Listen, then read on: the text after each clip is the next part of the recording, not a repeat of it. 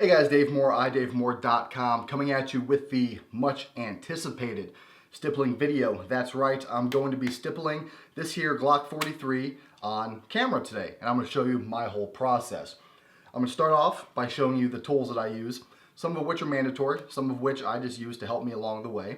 Then I'm going to get into how I remove the texture with the Dremel, how I undercut the trigger guard, and then finally how I stipple the frame.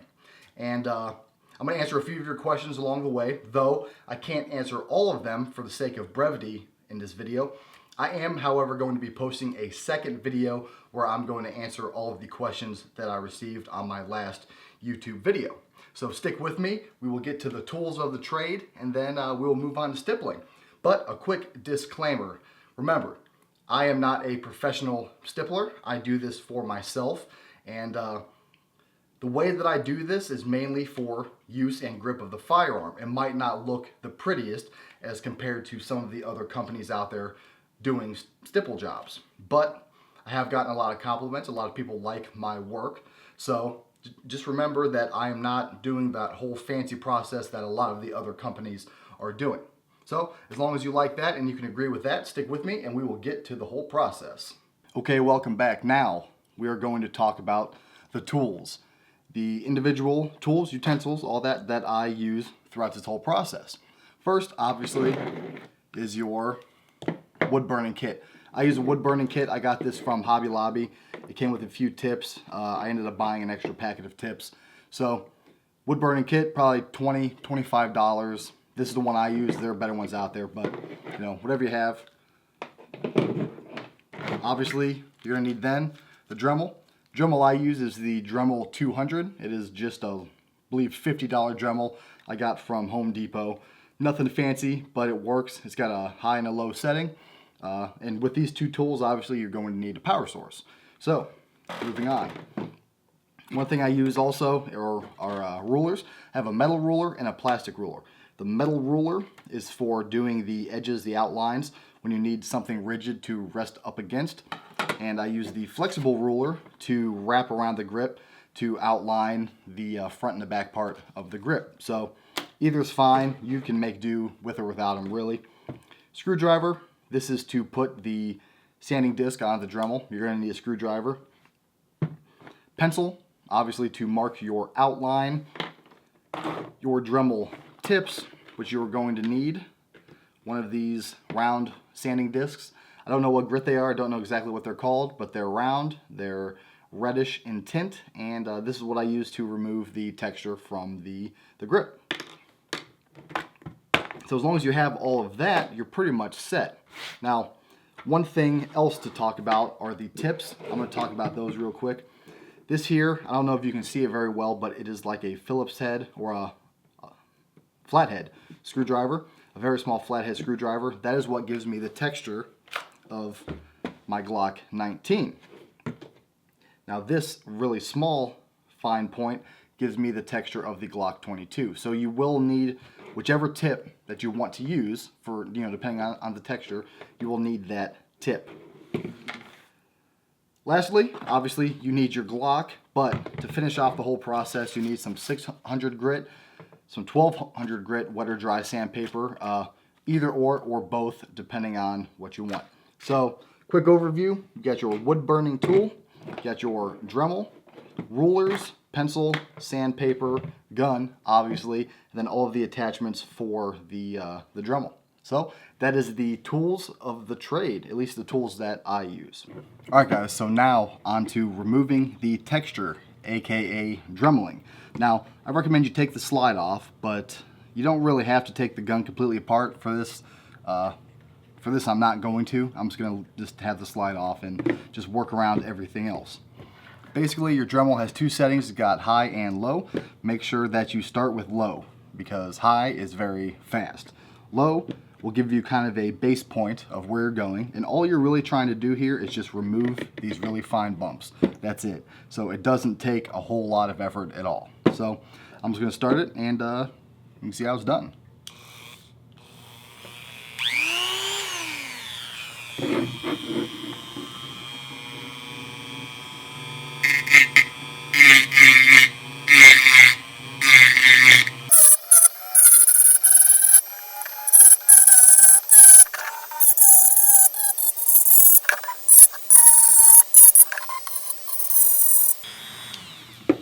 Basically what I'm doing is I'm just doing back and forth motions, making sure not to go too deep, just get it flush.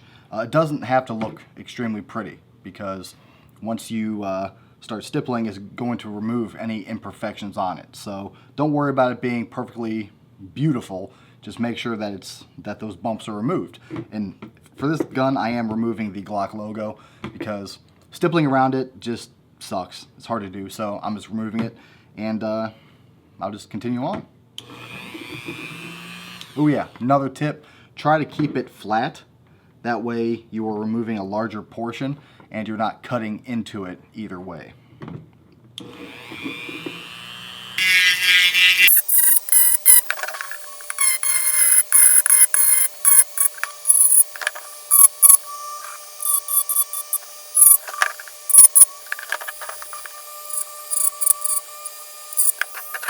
Now you get to a certain point to where you're going to have to go around certain areas that you don't want to scuff up.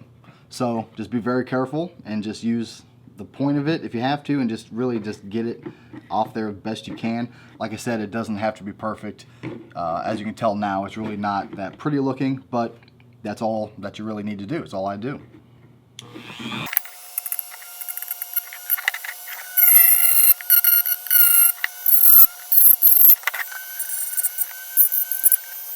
So as far as drumming it, I mean, that's really the gist of it. You can see sometimes you can do swirly motions. I'm just going to continue on to the other side here.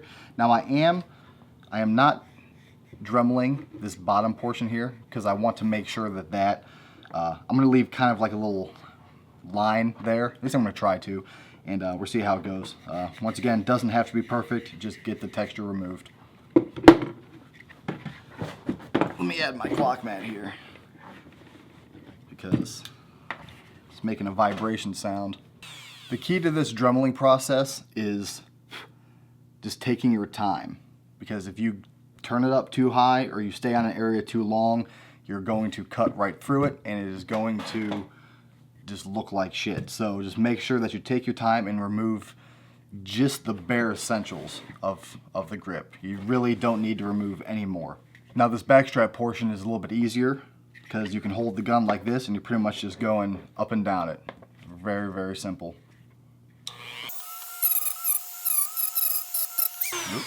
Now if you were doing a normal Glock that has back straps, you can remove the backstrap grooves. That's what I did. For instance, here on my 19, I did remove the backstrap grooves. So you can either leave them or keep them. It all depends on how you dremel it. Now as you're going over it, make sure you're feeling the area and just make sure that it's smooth. You can really feel it. If there's any bumps, then you know you might need to remove some texture. Other than that, you're just going to continue doing this. Just make sure that if you want an outline at the bottom, that you don't dremel into that, because it'll just make it look a little funky. One way to tell when you're getting getting it all smoothed out is you kind of see it change from a suede type look, like a slightly darker black, but then it'll change from that to a lighter black, i.e. starting to match the ungrinded portion of the frame. That's just something that you can kind of tell when it's starting to smooth out, kind of like a little guideline for you.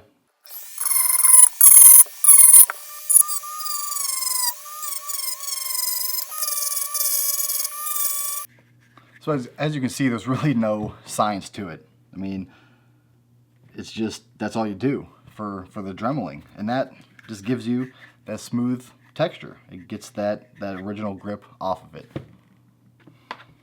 Alright guys, now for the undercut. This is probably the scariest part of doing this, because you do not want to get it too thin. You want to get it just right so that it's not way too flexible. So I recommend that you start off on low and just kind of gently tap it in there and just get it going, but make sure not to push too hard to where it starts to cut into the grip of the gun. That is one thing that you need to watch out for. So it basically just goes a little something like this.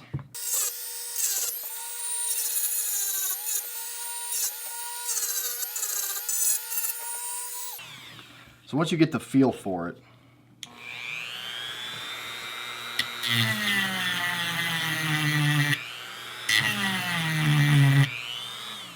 Once you get the feel for it, just go ahead and go for it. Like I said, just make sure that you're not cutting in too much on the grip itself here. So you might want to hold it, instead of just right down in there, kind of hold it out a little bit to keep it away from that part of the gun.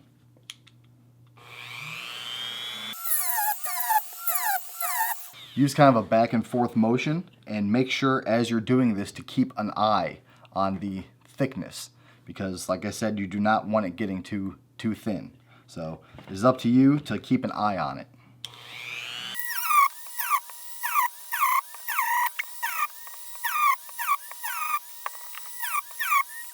Every now and then grab the gun and give it a feel to see how it feels, see if that's the depth that you want it. And you will get some extra plastic buildup here, or polymer buildup rather. Don't worry about that.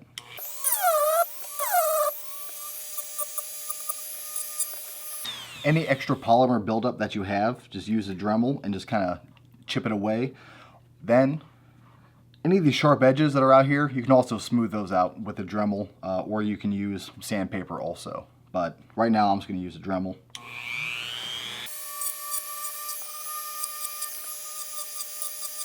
Then you might want to stop and just check your depth. I'm judging mine off of my 19. I've got a dial caliper, but I don't have it handy. My 19 is at the thinnest point. I'm going to use centimeters here.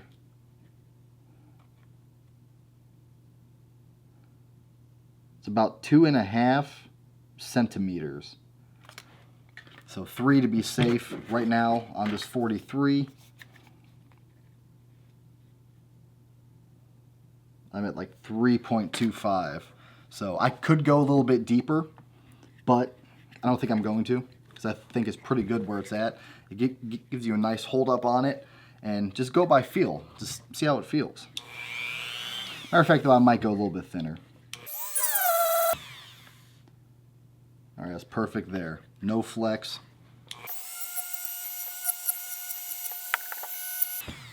One thing to do is set it flat and look at it straight on, and just make sure that it is flat, that it's not angled one way or the other. At this point, it looks kind of like garbage, but that is fixed whenever you start to polish it up. I know on my other Glocks, I undercut right here, but I'm not going to do this on this 43 because it is relatively thin there to begin with. So putting a recess there is not going to help you get much grip on it. Matter of fact, it's just going to make the trigger guard weaker. So I'm not going to undercut for your support hand. That's just something that we decided on. And for this gun, it's not worth it. Other than that, though, for a 19 or a 22 or like a larger frame gun, same concept as down here, except you're just doing it right there. Pretty much the same thing. But, you know, Dremel control is very important. I kind of like to leave it a little rough, kind of the way it is. Aesthetically, it's not the best, but it gives you kind of a suede grip on it. It gives you a nice hold on the gun. Your hand's not going to slip, so that's just something I like to do. And at any point, if you feel any bumps in your frame here from the Dremel, you can just smooth those out once again.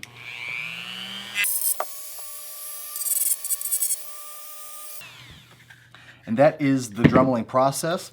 At this point, go back through, make sure that all the bumps are off. If you want to take some sandpaper and smooth it out some more, you can. You don't have to, but it just depends on how anal you are about it. So you can get it really fine and smooth. I know a lot of guys do this.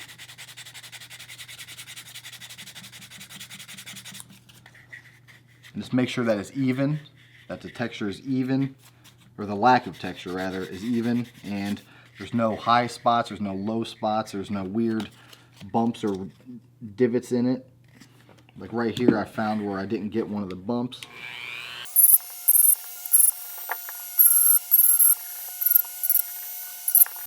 And that is Dremeling and undercutting the trigger.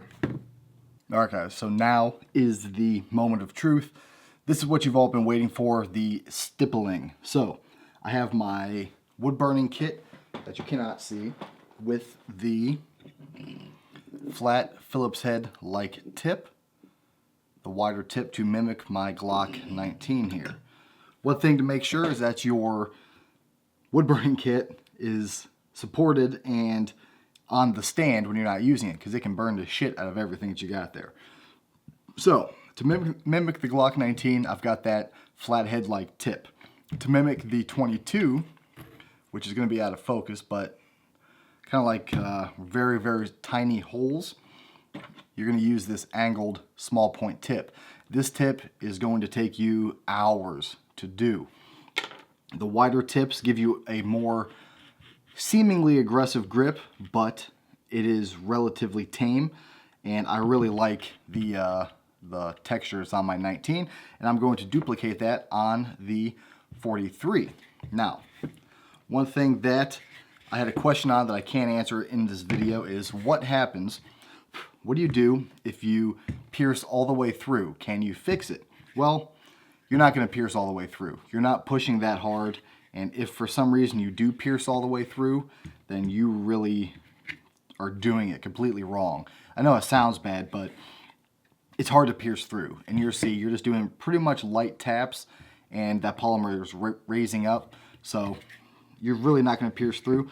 Another thing is, if you Dremel this off too much and you make that polymer thinner, then you do run more of a risk of piercing through. That's why you just take off a very thin layer.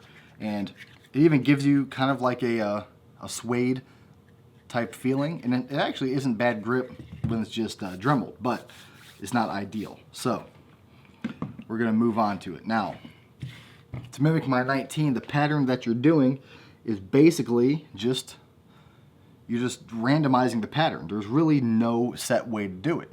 You're ultimately just poking in, and then you're changing the angle of the tip for each other little stipple.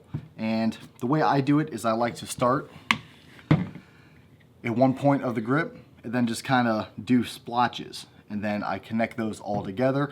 It makes it feel like you're accomplishing more, and it makes it just look better overall. It's more of a randomized pattern.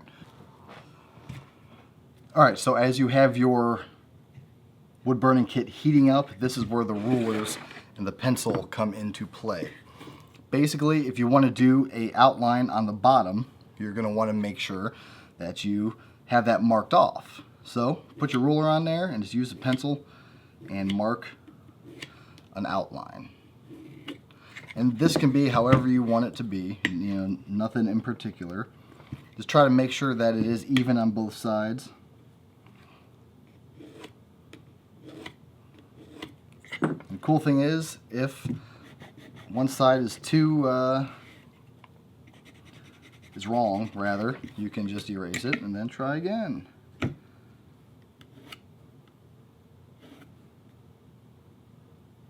Really easy. Oop. So you mark off your outline, try to get it somewhat even, and this is where I use, come on now, the rounded ruler, because it can wrap around the grip like that. Though, I'm noticing, since this is a smaller gun, it's not going to work like I thought. So, scratch that and just draw in roughly the outline that you want to keep. This is just a guideline. This is not anything that is permanent. You can erase it, you can wipe it off with your finger, you can lick it off, whatever. But you just want to make sure that it's at least parallel.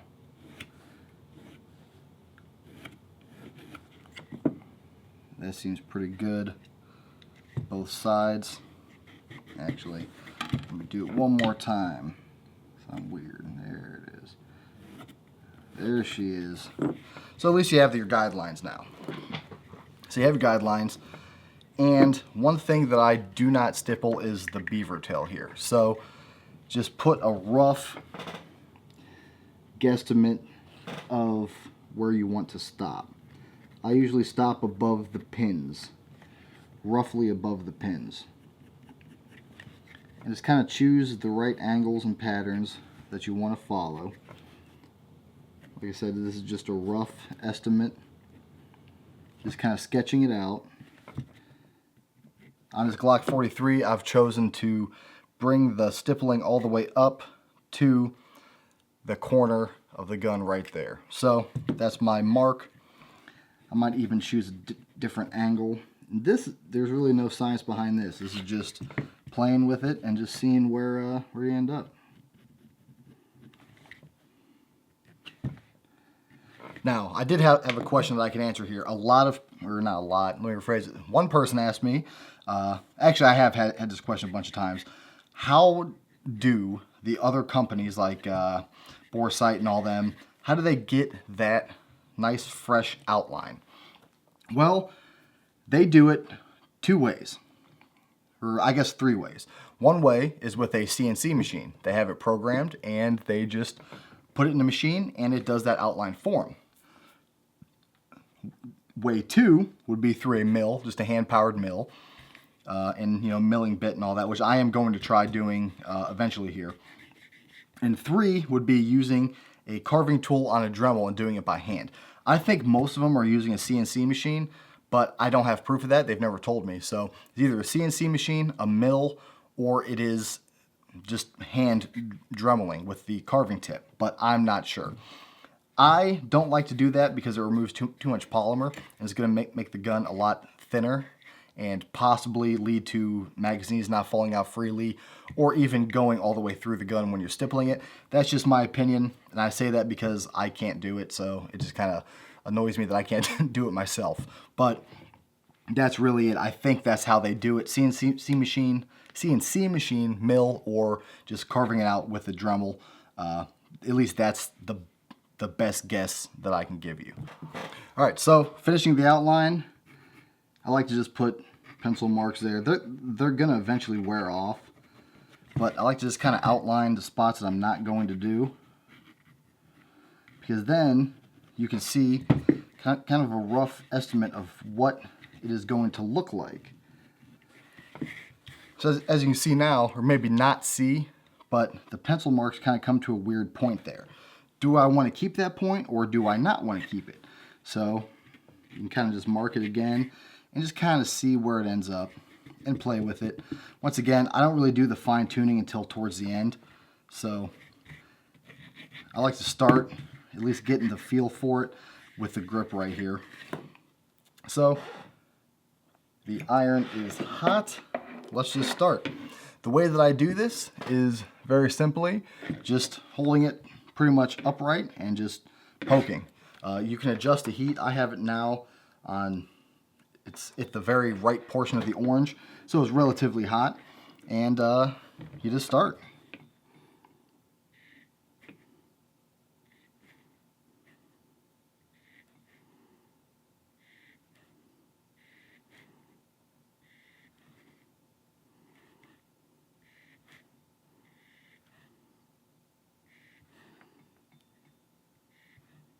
And just do a staggered pattern. That's all there is to it. Just make sure the pattern is staggered, and that way it looks more random.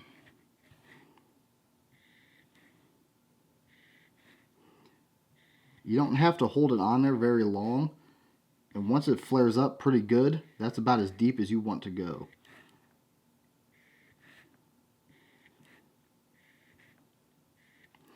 This is the point of stippling where you turn on your favorite TV show and just have at it.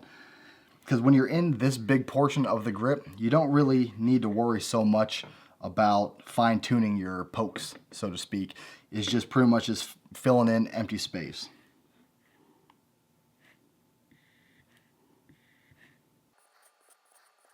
And you kind of get a feel for how it sounds.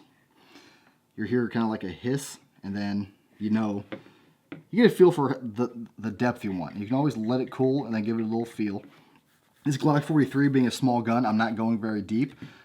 It's going to be, a pocket carry gun, so I don't want it to come out too rough. But you don't want it to come out not rough enough. It's all about just changing the angles of the tip. This is the part that everybody's scared about, but to be honest with you, this is the part that you should be least scared to do. Because if you screw up a stipple, a poke, whatever you want to call it, you can fix it. You just go back over it. And when it's all done, it's so randomized that you cannot tell if it's screwed up or not. And really, in the 2 guns that I've done, I've never screwed it up. So it's just, as long as you have some common sense, you'll be fine. You start to learn kind of like a randomizing pattern to follow, because you don't want it to look like it's too thought out. I know a lot of guys have done videos on this, and it just looks like it was planned, like they did rows, and it's just, I don't like it, but it's personal preference, like a lot of things. But I just like to just wing it. And then just make sure you go through. There's no warmth even on this other side.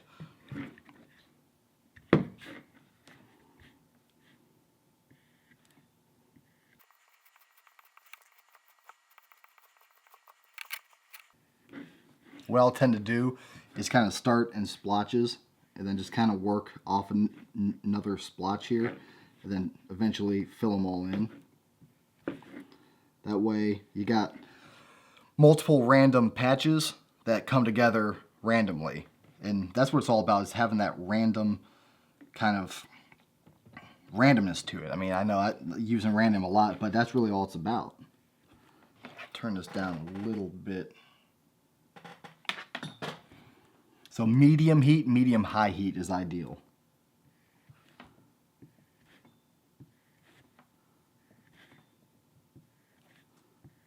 You guys should feel special, because I'm doing this and I'm not watching Friends or anything. I'm just kind of sitting here talking to you. Then every now and then, you know, you can check and make sure that it's not hot, it's not poking through, which it's not going to.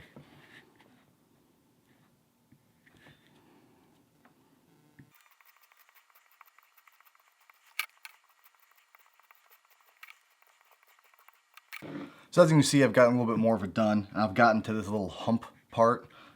One thing I didn't mention about drumming is a lot of people like to remove the finger grooves. They like to remove the thumb rest here. I like all that stuff, so I don't remove them.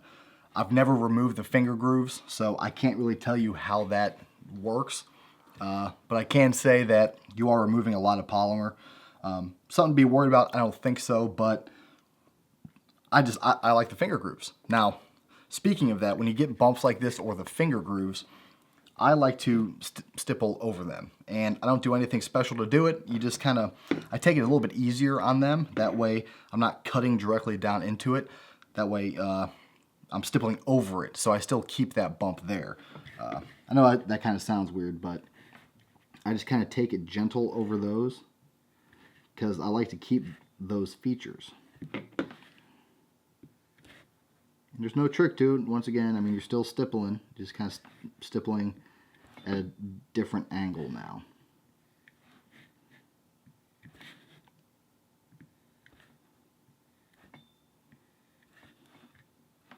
It is a little bit harder. It's a little more awkward. You might find as you're doing this that there's like spots that don't look as good as others, but don't be rash and try to change it right away, because once it's all done, it all comes together. So just wait until it's all done and then look for bald spots and then look for imperfections. But don't jump the gun and try to fix them right away, because you might screw it up. Once it's all done, then you might see them. If you still see them, then they need fixed. But if not, then just leave it the way it is. It's good. Now, getting along the edge of the magazine release here, I left this magazine release in, mainly for a reason that when I'm stippling along the edge of it, I can hit the magazine release and make sure that it still moves freely. But this is a very delicate edge, so don't really stipple the edge, just get near it.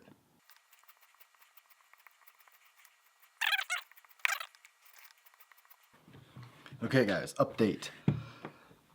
Stippled it a little bit more. Now I'm to the point where I'm starting to visualize the outline. Hopefully you can see the pencil marks, but where I have these lines right here, it took a while for me to see where I want to stop and where I want to continue with this outline. But I'm at the point now to where right here I'm going for a 90-degree point, because I am not going to stipple up in this area. I just think that it's not going to do much. There's not a whole lot of area there. Now, I might change my mind when it's done. I'm also not going to stipple up here.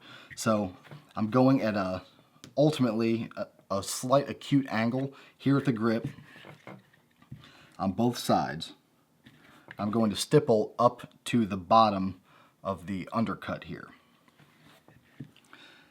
So at this point, it's just filling that in. And the beaver tail, since it is a small gun, I am going to follow my original line, but I wanted it to connect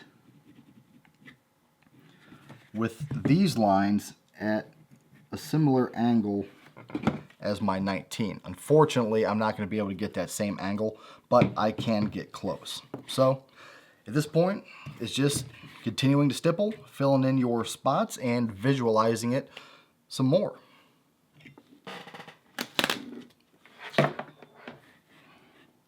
But now you have a guideline of where you want to stop.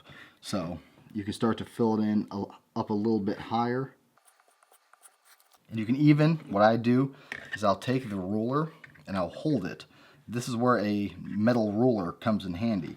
You can hold it and kind of use that as a stopping point.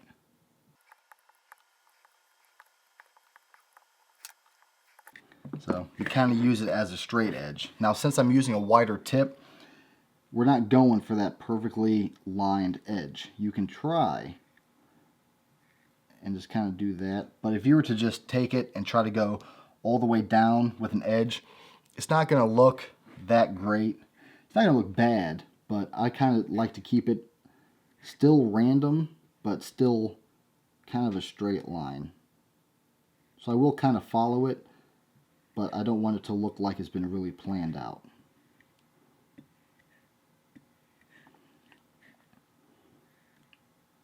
I mean, as you can tell, it's all about randomness. The best way to stipple is to just do it. Don't try to plan it, just grab it and go. I mean, that's really best way to go about it, at least in my opinion. Once again, we take the ruler. It's kind of like a monkey fucking a coconut here, I get it.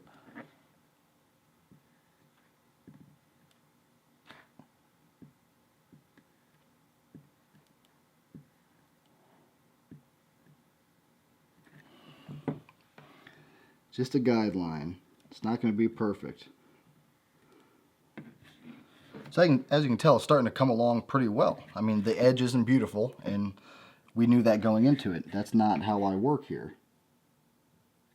But it looks pretty slick, if you ask me. Another tip: having your soldering iron or your unit, whatever you're using, on a lower heat is a little bit better, because if you tend to push a little hard, then it's not going to ruin anything. It's still going to make the hole, but it's not going to burn all the way through. It's not going to melt it like crazy. Once again, I'll do this going down here around this bottom edge.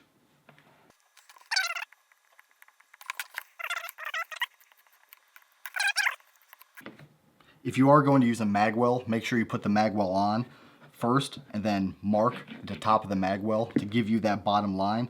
That way, you're not going to stipple it and thicken that material, and the magwell won't go on. So make sure you kind of mark that off, that way you know. Although you can fit the magwell over top of stippling. It actually makes the magwell fit tighter, but I mean, it's personal preference at that point on what you want to do. Right now, I've got the bottom edge starting like along the bottom there. I still have to work along the back, but I've got the beaver tail area complete. Said nothing fancy. Alright, so I've got the little outline pretty much done here. The one thing just to remember is once you get a feel for the depth that you want, just make sure that you're doing consistent depth around the entire gun, because that way it'll look even. But if there are a few that aren't as deep as the others, you're not going to really see them. Because I'll tell you a story. When I did my 22 with that really fine tip, it took forever. I mean, it was tedious as hell. But as I'm doing it, I'm thinking, ah, man, this tip isn't working right. It doesn't feel rough. It's not good. I don't like the way this is coming out. But it's like, oh, well, you can't turn around now. You can't go back. So I just kept doing it and doing it and doing it. And I finally finished it. And I was wrong. It came out awesome. As you're doing it, you tend to think it doesn't look right and it doesn't feel right and it's not going to be good. But then once it's all done, that's where it really comes together. So you have to just follow through with it and just go for the gold. Because once it's done, then it comes out great. But as you're doing it, you tend to kind of get down on yourself and think, oh man, this sucks. This isn't going to look right. But you just got to give it time. So I'm getting the edge pretty much all the way done now. One thing to do, instead of using a straight edge, if you kind of just start, or if you have a line somewhat, just kind of start where that line is and just eyeball it until it perfectly meets your other marks. Alright guys, so I'm finishing it up here. Almost done. You might need to take a little break every now and then to finish or to get your mental state back, because this is very, very tedious. Plus, as you're doing this, you are breathing in polymer fumes. So there's that. Actually, the whole thing with this is stippling is the easy part. This is the mindless work. I wanted to focus more on the undercut and the dremeling, because that's where you can really screw up the gun. Stippling, you're just poking the gun. Nothing really too hard about it. But the dremeling, the undercut, that is the part that takes the most concentration. And as you can see, I'm just filling in the last little bit here. That's really it with the stippling. I'm going to go ahead and finish this, and then I'll do a little recap of everything, and we'll get her done. Alright guys, so the Glock 43 with the I Dave Moore stipple job is complete.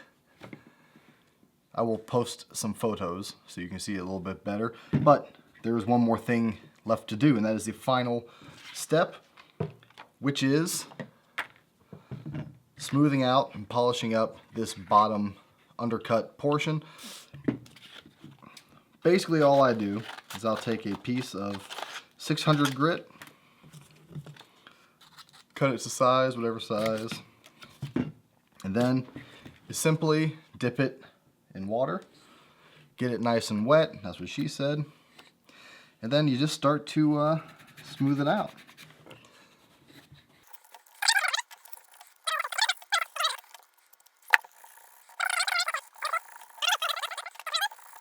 You can even wrap it around a pencil, which might even be easier. Wrap it around your little pencil there. And now you have more of a finer edge to work with there, or a more concentrated area rather. And you're just doing that.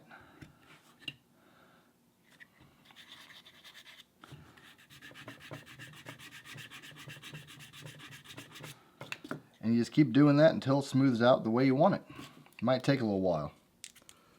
But that is basically it, guys. The dremeling, the undercut, the stippling, the whole process, the accoutrements, everything that you need to know is here. As far as practice materials, you can practice on PMags, polymer magazines, AR grips. One of the things that I found works the best to practice on is a old Kydex holster. If you have a Kydex holster you're not using, go ahead and stipple it up. But until then, guys, keep shooting.